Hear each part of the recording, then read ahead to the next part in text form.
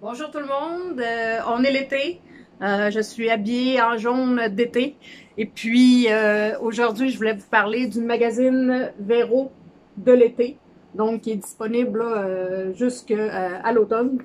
Alors, je vous en parle parce que j'ai contribué à l'article sur la sobriété. Je ne sais pas si on voit. Bref, c'est un phénomène qui est rendu quand même assez plus à la mode, si je peux dire, pour que on en parle dans ce magazine-là. La sobriété dans le sens que pas obligé d'avoir un problème d'alcool pour décider de pas en boire. C'est que en fait les gens prennent leur santé de plus en plus à cœur, puis tu sais, quelqu'un qui prend soin de sa santé, qui fait du sport, qui mange bien, ben c'est sûr que de boire de l'alcool, ça vient bousculer tout ça, tu sais, cette homéostasie-là. Donc, là-dedans, il y a le témoignage d'une personne qui a arrêté de boire, et puis moi, je suis là plus pour parler des dernières études, surtout la dernière étude qui est sortie cette année, par rapport à ça. Une étude qui a été faite sur un échantillon de 36 000 personnes, donc c'est quand même assez significatif. Ce qui en ressort de ça, c'est que lorsque quelqu'un boit une consommation, même pas à chaque jour, là, ben on voit que déjà, ça a un impact sur le vieillissement prématuré du cerveau. Donc, c'est avant, on y allait à 4, 5, 6 consommations, ça peut paraître, mais là, on se rend compte que c'est à partir de une consommation, même pas pris de façon régulière. Donc, ce que ça veut dire, c'est ça, c'est que ça amène une autre vision des choses par rapport à cette consommation-là. Donc, pas obligé d'avoir un problème d'alcool pour finalement choisir de boire de l'eau, tu sais. Puis aussi, ça amène à se questionner par rapport à ça, par rapport à c'est quoi qu'elle a la fonction de l'alcool, mettons, dans ma vie. Tu sais, pourquoi c'est important d'en boire puisque finalement, je m'intoxique, tu sais, à chaque consommation de plus. Tu sais, chacune a un impact de plus sur le cerveau. Donc, c'est à se questionner par rapport à ça. Aussi, ben, ça parle là, tu sais, la tendance plus des mocktails, des breuvages sans alcool, qu'il y en a de vraiment de plus en plus. C'était pas comme ça quand que moi, j'ai arrêté de consommer, là. Mais bref, moi, je bois de l'eau, puis j'ai pas besoin de rien d'autre quand j'ai soif, là. Ou quand que je suis avec des gens ou qu'il fait soleil, c'est toujours mieux de boire de l'eau.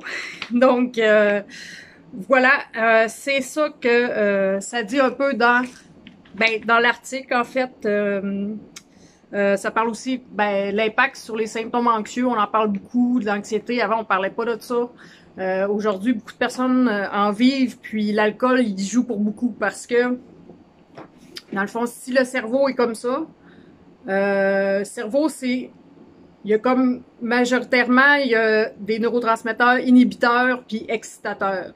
Donc, inhibiteur, on s'en va plus vers les symptômes dépressifs, puis excitateur, c'est plus vers les symptômes anxieux. Donc, si, exemple, le cerveau, il est stable comme ça, puis quelqu'un boit une gorgée, ben, il va, tu sais, l'alcool, c'est un dépresseur, donc, il va du côté plus inhibiteur du cerveau. Fait que plus la personne en boit, plus elle descend comme ça. Sauf que le phénomène est que, à la dernière, 4 heures après la dernière gorgée prise, autant que il a été du côté inhibiteur, autant qu'il va aller du côté excitateur, le cerveau, pour rééquilibrer les choses. T'sais, il fera pas, OK, du côté dépressif, après, il est là le lendemain, puis il est redevenu stable, là, comme qu'il était. Là. Non, non. Il fait ça ensuite, comme ça, puis au courant de la journée, des fois, ça peut prendre 2-3 jours, ça peut aller jusqu'à une semaine, il va se restabiliser. Donc, les gens qui boivent une fois par semaine, mettons qu'ils prennent une coupelle de consommation le vendredi soir avec leurs amis, mais à chaque vendredi, ben ils ont jamais vraiment le temps d'être stables comme ça pendant quelques jours. Là, ils sont tout le temps symptômes dépressifs, symptômes anxieux. Symptômes dépressifs, symptômes anxieux. Ils jouent là-dedans dans ce barème-là. Donc, c'est pour ça que les gens, quand ils boivent de l'alcool, puis que le lendemain, ils se réveillent, ben que ça cause probablement des problèmes de sommeil parce que 4 heures après la dernière gorgée, ça va du côté excitateur, ça veut dire l'anxiété, tu sais, les gens qui ont des tremblements, qui ont des sueurs, tu sais, qui sont angoissés le matin, ben, c'est tous ces symptômes-là, finalement. C'est pas un excitateur le fun, c'est un excitateur, le cerveau, là, il est comme stressé au bout. C'est pour ça que, à un moment donné, la personne, ben, pour revenir de ça, ça prend trop des grosses cuites. Le lendemain, elle est trop là, fait qu'elle va prendre tout de suite de l'alcool en se levant pour rediminuer ça ici, pour que ça soit comme tolérable, là.